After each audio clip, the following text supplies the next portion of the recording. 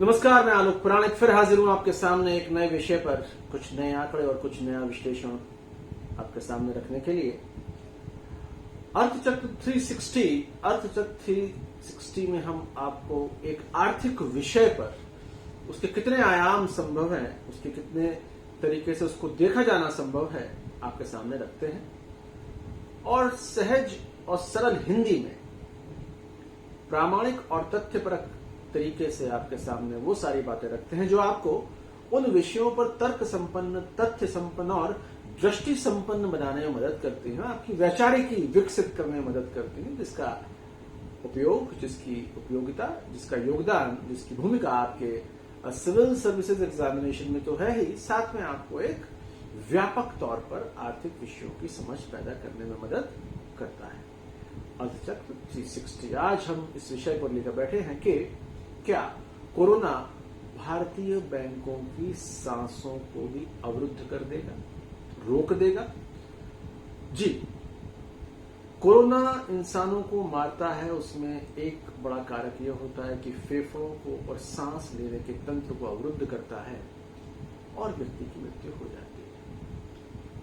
सवाल उठता है कि क्या भारतीय वित्तीय जगत और बैंकिंग जगत में भी कुछ उस तरह की कोरोना प्रवृत्तियां घर कर रही हैं इन दिनों? लगातार एक मांग उठ रही है, एक डिबेट उठ रही है कि तमाम कर्जों पर ब्याज माफ कर दिया जाए। रिजर्व बैंक ने मोरेटोरियम, जिसे हिंदी में अधिक स्थगन, ब्याज के अधिक स्थगन की घोषणा की थी। अब ब्याज की अधिक स्थगन की अवधि को बढ़ा दिया गया है। रिजर्व बैंक का साफ तौर पर यह कहना है कि यह छूट नहीं है, यह सिर्फ स्थगन है। मोरेटोरियम का जो तकनीकी हिंदी शब्द है वो है अधिस्थगन, यानी जो पैसा मुझे आज देना है वो स्थगित हो गया है कुछ वक्त के लिए। 31 अगस्त तक मुझे या किसी भी कस्टमर को जिसने कुछ कर्ज बैंकों से लिए हैं उस पर ब्याज नहीं देना, कर्ज पे ब्याज देना स्थगित हुआ है, माफ नहीं हुआ। अधिस्थगन और माफी में यह फर्क होता है।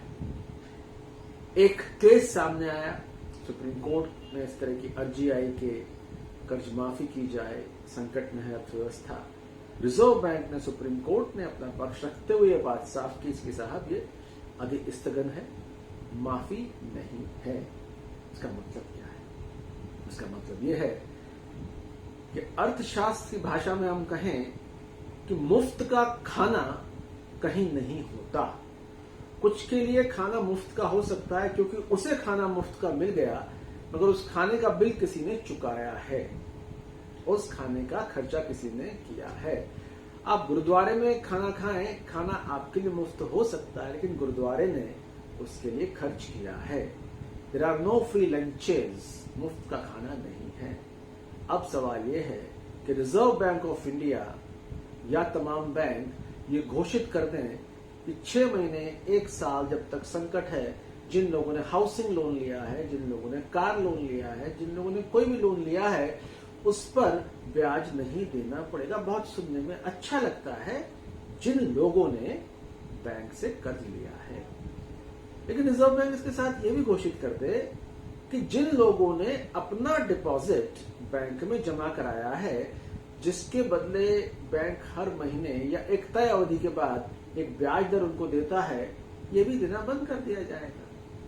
रिजर्व बैंक के आदेशानुसार बैंक ना तो ब्याज लेंगे और ना ब्याज देंगे। अब जरा इस कदम के परिणामों की कल्पना कीजिए। आपके दादाजी, आपके पिताजी एक पेंशनर हैं, पीएफ ग्रेच्युटी मिली रिटायरमेंट के बाद, वो बैंक में जमा करा दी उन्होंने, हर महीने एक इंटरेस्ट रेट आता है, उससे घर खर्चा आते हैं वो। अब कर्ज माफी हो गई, ना बैंक कर्ज ले रहा, ना बैंक ब्याज ले रहा, ना बैंक ब्याज दे रहा। इसका मतलब है कंप्लीट तबाही। कंप्लीट तबाही यानी कि अगर बैंक ब्याज देना बंद कर देगा डिपॉजिट पे, तो सिस्टम से भरोसा उठ जाएगा, कोलैप्स हो जाएगा, सिस्टम फाइनेंशियल कोलैप्स हो जाएगा। जिस आधार पर बैंकिंग सिस्टम टिका है, भरोसा कि आपने स्टेट बैंक ऑफ इंडिया में पैसा जमा कराया और स्टेट बैंक ऑफ इंडिया ने मुझे प्रॉमिस किया कि हम 6% 8% साल का देंगे, और अब रिजर्व बैंक कहते साहब कि ना तो हम इंटरेस्ट ले रहे और ना हम दे रहे। बैंकिंग में, इकोनॉमिक्स में फ्री लंचेस नहीं होते, कोई ना कोई उसको चुकाता है।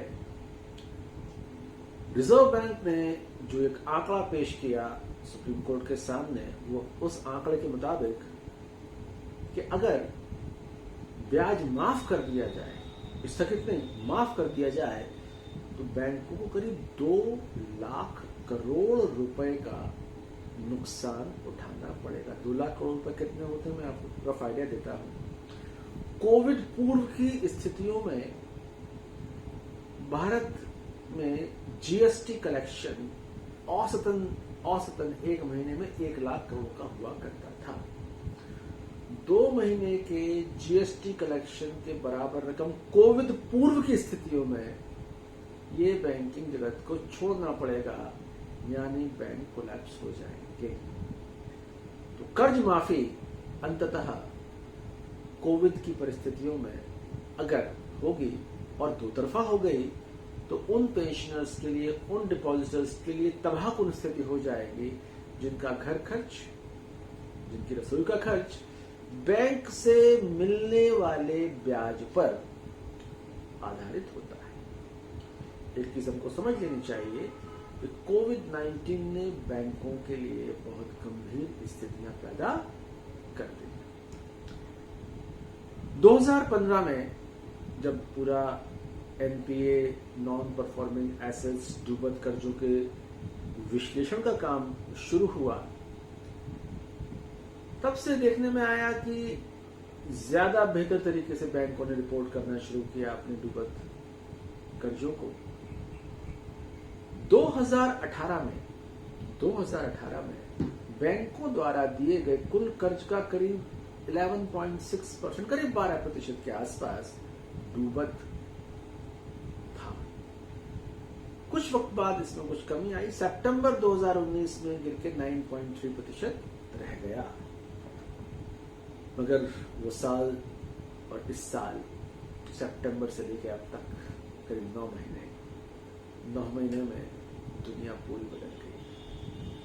कोविड-19 ने सब कुछ बदल दिया और बैंकिंग जगत के सामने एक नई चुनौती पेश कर दी कि आपको कर्ज भी देना है, कर्ज माफ भी करना है, ब्याज माफ भी करना है, और उन परिस्थितियों में सुनिश्चित कैसे करें कि आप ब्याज दे पाए उन डिपॉजिटर्स को जो डिपॉजिटर्स अपना पैसा बैंक में जमा करा गए इस उम्मीद में कि हर महीने या एक तय अवधि के बाद हमको बैंक ब्याज देगा, उससे हम अपना घर चलाएंगे।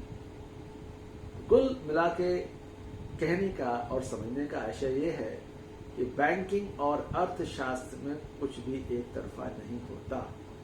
आप में से जिन छात्र या छात्राओं ने अकाउंटिंग पढ़ी है, उसमें एक सिस्टम पढ़ाया जाता है, डबल एंट्री सिस्टम। एक ट्रांजैक्शन की एंट्री 2 जगह होती है, तो अगर बैंक ब्याज माफ करेगा, ब्याज नहीं लेगा और इसकी डबल एंट्री ये होगा कि ब्याज देगा भी नहीं, तो ये बात बैंकिंग सेक्टर के लिए बहुत खतरनाक होगी। तो प्रशासनिक दृष्टि से, नीति निर्धारण की दृष्टि से अगर आप इस बात को सोचें कि क्या कोविड-19 की परिस्थितियों का हवाला लेते हुए कर्ज के ब्याज की माफी संभव है, इसका सीधा जवाब है संभव नहीं है, क्योंकि जिस तरह से डिपॉजिट जो बैंक ने लिया है उस पर ब्याज का भुगतान रोकना संभव नहीं है। और वो ब्याज कहां से आ रहा है? वो ब्याज इसी इंटरेस्ट इनकम से आ रहा है जो बैंक तमाम उन लोगों से लेते हैं जिन्होंने बैंक से कर्ज लिया है।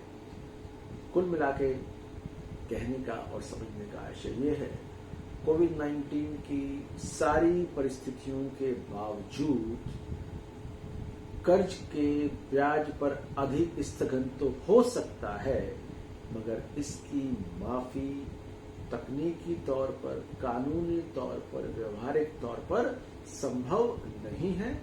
और इसकी मांग भावनात्मक स्तर पर चाहे जितनी मजबूत दिखाई पड़े, मगर इस पर कार्यान्वयन नीतिगत अक्लमंदी नहीं होगी। नमस्कार, धन्यवाद। मैं आपसे फिर मिलूंगा एक अगले वीडियो के साथ, लेकिन एक छोटी सी गुजारिश आपसे करता हूं कि हमारे चैनल को सब्सक्राइब करें और तमाम मित्र, दोस्त, वो लोग जो सिविल सर्विसेज के एग्जाम्स की तैयारी कर रहे हैं, भारतीय अर्थव्यवस्था के तमाम आयामों को बहुत सहज हिंदी में, मूल बात सहज हिंदी में प्रामाणिक तरीके से समझना चाहते हैं, वो हमारे चैनल को नियमित तौर पर देखें और बेल आइकन को दबा दें, तो जैसे ही हम नया चैनल अपलोड करेंगे आप तक उसकी सूचना पहुंच जाएगी। नमस्कार, धन्यवाद। फिर हाजिर होते हैं एक नए वीडियो के साथ।